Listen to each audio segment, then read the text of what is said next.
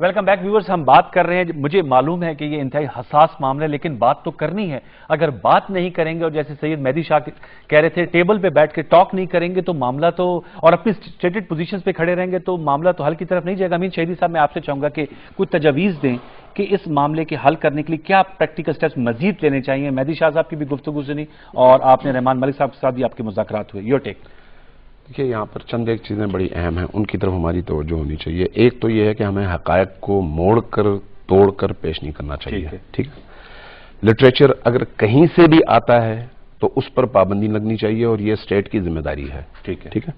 लेकिन जो लोग गालम गलोच के जरिए से, तकफीरी फतवों के जरिए से माशरे में तबाही का पैगाम देते हैं और सामान फराहम करते हैं, उनको भी आहनी हाथों से उनसे निपटना चाहिए। बिल्कुल।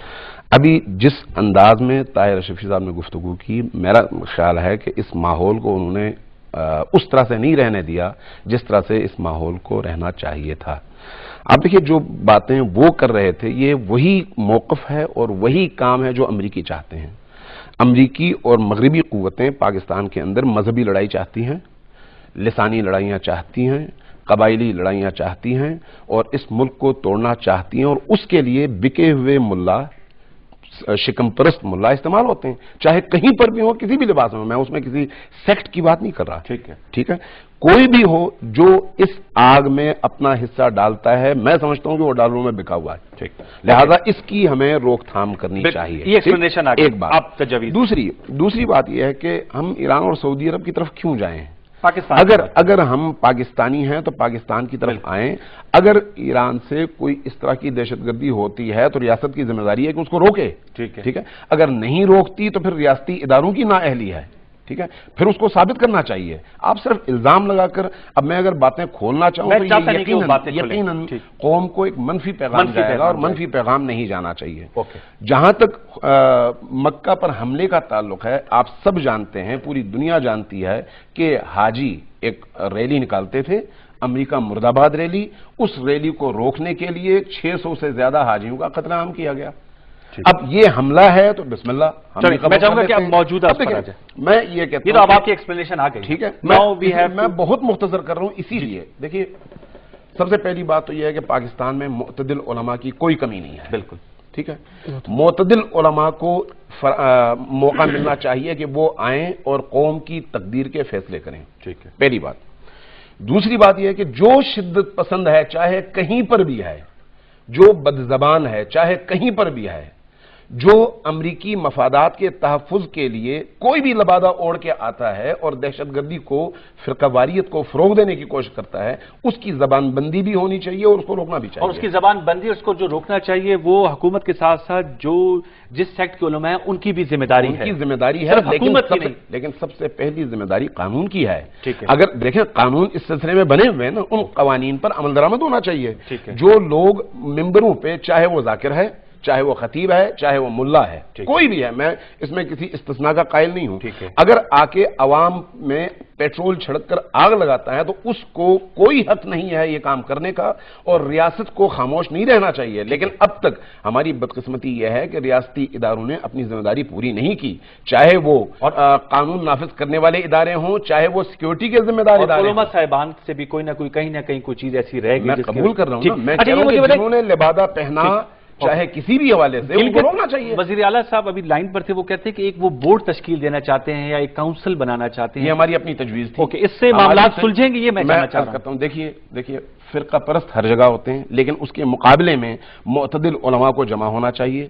इस सिलसिले में हमने काजी हुसैन अहमद साहब से भी खुद बात की है। इसी तरह से मौलाना फजल रहमान साहब से भी खुद बात की है। सुन्नी जो बरेलवी मकतब फ़िक्र के अहबाब और उलमा इकराम हैं, उनसे भी हमने खुद बात की है, इसलिए कि हम अपने आप को दाइए वहदतुल मुस्लिमीन समझते हैं और हम इस काम को अपनी दीनी जिम्मेदारी समझते हैं। दीनी जिम्मेदारी खुदा की तरफ से कि हम उम्मत की वहदत के लिए जद्दोजहद करें, उनको तोड़ने के लिए नहीं। लिहाजा मैं ये अर्ज कर रहा हूं कि किसी शिद्दत पसंद ग्रुप को मजहब का नाम देना बहुत बड़ी ज्यादती है। ये मजहब का मसला नहीं है, शिद्दत पसंद ग्रुपों का मसला है। मैं ताहिर साहब आपकी भी सजेशन देना चाहूंगा, फिर मैं ताहिर अशरफी साहब के पास जाऊंगा। मैं क्योंकि फौरन के बाद डायरेक्टली इसलिए नहीं जाना चाहता कि मुझे पता है वहां से फिर एक जवाब जो है ना लंबा आएगा। मेरे पास कुछ सजेशन हैं जी, बिल्कुल मैं बिल्कुल टू द पॉइंट बात करूंगा। ये इसमें जो क्या करना चाहिए, ہمیں ایک جو کچھ ہو رہا ہے وہ ٹھیک ہو رہا ہے، جو ہو رہا ہے یہ غلط ہو رہا ہے، جو کچھ ہونا چاہیے وہ نہیں ہو رہا ہے۔ اب اس کو کیسے حل کرنا ہے؟ آپ نے کرنا ہے، میں آ رہا ہوں اسی طرف آ رہا صاحب نے کرنا ہے، ہوں۔ دیکھیں کیا یہ کرنا اس نے ہے جو اس وقت وہاں پہ حکومت کر رہے ہیں، جیسے شاہ صاحب نے ایک تجویز دی ہے کہ بورڈ کی اسٹیبلشمنٹ۔ مجھے بھی پریکٹیکل سلوشنز آپ بتائیں کہ اس کا حل کس طرح ممکن ہے تاکہ پائیدار امن پورے پاکستان میں قائم ہو۔ مولانا طاہر اشرفی صاحب۔ جی انوار صاحب، پہلے تو میں گزارش کر دوں کہ میں نے بات نہیں شروع کی تھی ایران کی، خود علامہ صاحب نے فضائل ایران پڑھے۔ دوسری بات ہے کہ حاجی جو ہوتا ہے وہ اسلحہ ساتھ لے کے نہیں جاتا، وہ عمارتوں پہ قبضے نہیں کرتا، وہ بیت اللہ پہ جا کے خمینی کی تصویریں نہیں لگاتا یا کسی اپنے لیڈر کی۔ اس موضوع پہ پھر کبھی بات کر لے علامہ صاحب۔ ہم لعنت بھیجتے ہیں اس شخص پہ جو تمن لے اور اس پر بھی جو ڈالر لے۔ ہم پاکستان کی بات کرتے ہیں، ہم پاکستانی ہیں۔ میں آپ کے ذریعے کہتا ہوں کہ اللہ کی توحید، محمد عربی صلی اللہ علیہ وسلم کی رسالت و ختم نبوت، اصحاب رسول، اہل بیت اطہار، امہات المؤمنین، خلفاء راشدین کی عظمت، اس پر اتفاق ہو سکتا ہے، اس پر اکٹھا ہوا جا سکتا ہے۔ الحمدللہ میں ان لوگوں میں شامل ہوں۔ میں بانی ممبر تھا ملی یکجہتی کونسل کا، میں نے صوبہ پنجاب میں 7.5 سال میں ایڈوائزر رہا۔ یہاں شیعہ سنی میں نے ایک کمرے میں بٹھائے، ایک طرف علامہ جلیل نقوی ہوتے تھے تو دوسری طرف مولانا اعظم طارق بیٹھے ہوتے تھے۔ جب تک ہم جو ہے حقیقت پسند نہیں بنیں گے۔ گلگت کا مسئلہ کیا ہے؟ گلگت کے اندر جو فورسز ہیں ان میں فرقہ واریت پائی جاتی ہے۔ گلگت کے آئی جی صاحب جو ہیں، بڑی معذرت کے ساتھ میں کہوں گا، وہ خود ایک فرقہ پرست شخص ہے۔ وہاں کیسے امن ہو سکتا ہے؟ جیسے مہدی شاہ صاحب نے کہا، میں انہیں اپریشیٹ کرتا ہوں کہ وہ علماء کا بورڈ بلائیں، انہیں بٹھائیں، ایک دوسرے کی بات سنیں، ایک دوسرے کے معاملات کو حل کرنے کی کوشش کریں۔ اور جب تک ہم انصاف کا ترازو نہیں پکڑیں گے، اگر کوئی سنی جرم کرتا ہے، اگر کوئی سنی بد زبانی کرتا ہے، اگر کوئی سنی جو ہے وہ کسی مسلمان کو کافر کہتا ہے تو اسے بھی سزا ملنی چاہیے۔ لیکن اگر کوئی سنی ہو یا شیعہ ہو، وہ اصحاب رسول کے بارے میں بکواس کرتا ہے، وہ خلفاء راشدین کے بارے میں بد زبانی کرتا ہے، وہ امہات المومنین کی توہین کرتا ہے تو اسے بھی لٹکایا جانا چاہیے۔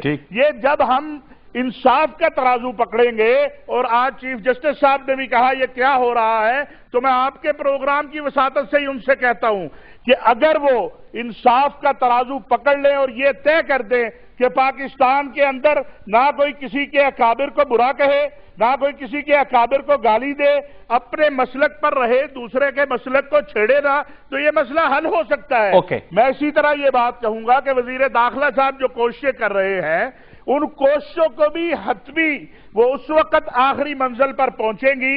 ابھی جو طلحہ صاحب نے کہا بالکل ٹھیک بات ہے، ہماری انٹیلیجنس ایجنسیوں کو بھی آنکھیں کھولنی چاہیے، ہماری ایڈمنسٹریشن کو بھی دیکھنا چاہیے۔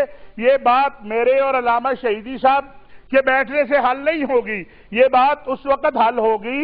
میں آج بھی تیار ہوں، میں علامہ صاحب کو یہ آپ کے پروگرام کی وساطت سے کہتا ہوں کہ میں ان کے ساتھ گلگت جانے کو تیار ہوں۔ میں نے وزیر داخلہ سے کہا تھا کہ آپ علماء کا وفد لے کے جائیے گلگت میں بھی، بلوچستان میں بھی۔ میں نے آپ کے پہلے پروگرام کے پہلے حصے میں یہ کہا کہ ہم ہزارہ والوں کے ساتھ جو ان کا قتل عام ہو رہا ہے، ہم ان کے ساتھ حد درجہ ہمدردی رکھتے ہیں، اور ہمیں وہ بتائیں ہم ان کے لیے کیا کر سکتے ہیں۔ ہم جو بلتستان میں بس میں لوگ مارے گئے، ہم ان کے ساتھ ہمدردی رکھتے ہیں۔ سب سے پہلے میں نے چینلز پر آ کر اس کی مذمت کی، علماء اہل سنت کی طرف سے میں واحد شخص تھا۔ لیکن میں یہ کہتا ہوں کہ یہ اسباب بھی دیکھیے کہ اگر کوئی گلگت میں نکلنے والے جلوس پر گرنیڈ مارے گا تو لازمی بات ہے اس کا ریئیکشن آئے گا۔ اگر کوئی بس میں آنے والے لوگوں کو قتل کرے گا تو اس کا بھی ریئیکشن آئے گا۔ آپ نے اچھی باتیں کی ہیں، میں کیونکہ وقت کی قلت ہے، میں نے وائنڈ اپ کی طرف بھی جانا ہے۔ آپ کا نے بہت اچھی گفتگو کی ہے، پلیز ہمارے ساتھ رہے گا۔ ایک تو پہلے انہوں نے اچھی سجیشن دی، ان کو بھی ساتھ لے جائیں نا گلگت، آپ تو گلگت کے رہنے والے ہیں، تو طاہر اشرفی صاحب نے تو اچھی بات کی، یو مسٹ ریسیپروکیٹ کریں آپ اس پروگرام کے فورم سے، انہوں نے آفر دی ہے۔ میں پہلے بھی یہ بات کر چکا ہوں، آج آپ کے توسط سے بھی یہ بات عرض کرنا چاہ رہا ہوں کہ ہماری خواہش یہ ہے کہ پورے پاکستان سے وہ علماء جن کا ماضی فرقواریت کے حوالے سے پاکیزہ ہو، جن کی زبانیں فرقواریت کے حوالے سے آگ لگانے والی اور آگ برسانے والی نہ ہوں، ان سب کو ساتھ لے کر، ان سب کو उन सबको साथ लेकर जाना चाहिए, और सिर्फ गिलगित नहीं बल्कि हर उस सरजमीन पर जहां पे इस तरह की फजा हो। यहां पर एक बात मैं और अर्ज करूं, देखें अवाम के अंदर अब भी फिरकावाराना लड़ाई नहीं है, बिल्कुल ये आपको मानना पड़ेगा। ये ग्रुप्स हैं जो पैसे लेते हैं, बेगुनाहों को कत्ल करते हैं। बकौल हमारे वजीर दाखिला के कहने लगे कि दारेल के कैंप से जो लोग निकले 70,000 रुपए लेकर उन्होंने टारगेट किलिंग्स की, और 70,000 रुपए लेकर उन्होंने इस तरह के बड़े बड़े वाकयात अंजाम दिए।